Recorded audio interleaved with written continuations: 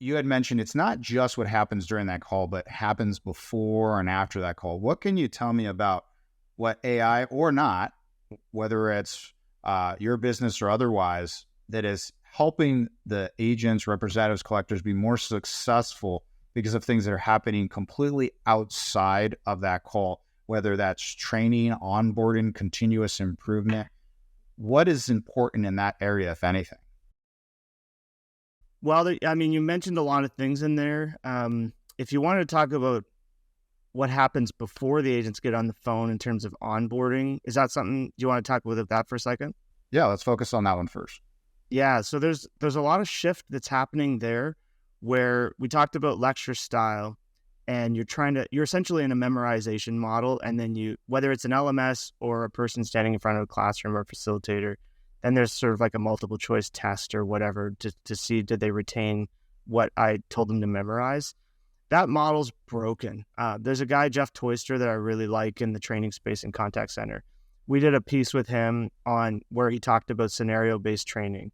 And one thing he said that will always stick with me is if you are changing their paradigm, you're losing. So for instance, when I'm on the phone, I'm sitting at a computer or two screens or whatever. I have a headset on, I'm talking to the customer. I'm using systems to do things on behalf of the customer or research information about their account. And then I have ancillary stuff like Google Maps and whatever else I need to get the job done.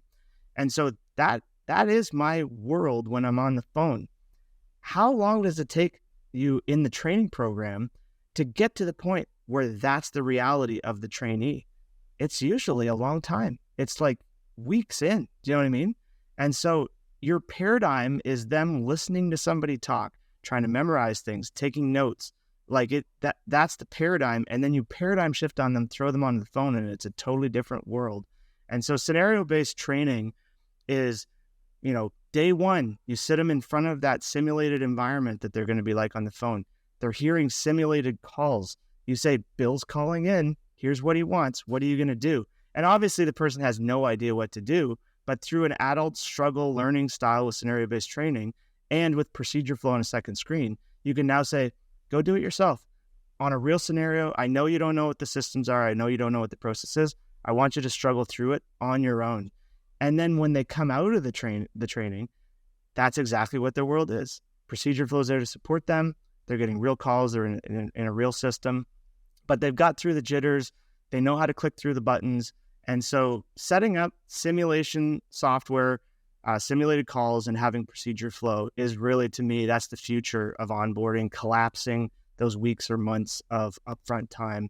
And that especially is relevant in the BPO world where you have even less time with them, maybe more turnover, less commitment to the brand. And so you want to concentrate as much subject matter expertise as early as possible. So I think that's an interesting shift. And you're seeing actually a lot of simulator companies starting to evolve on the trade show circuit if you travel the booths and stuff.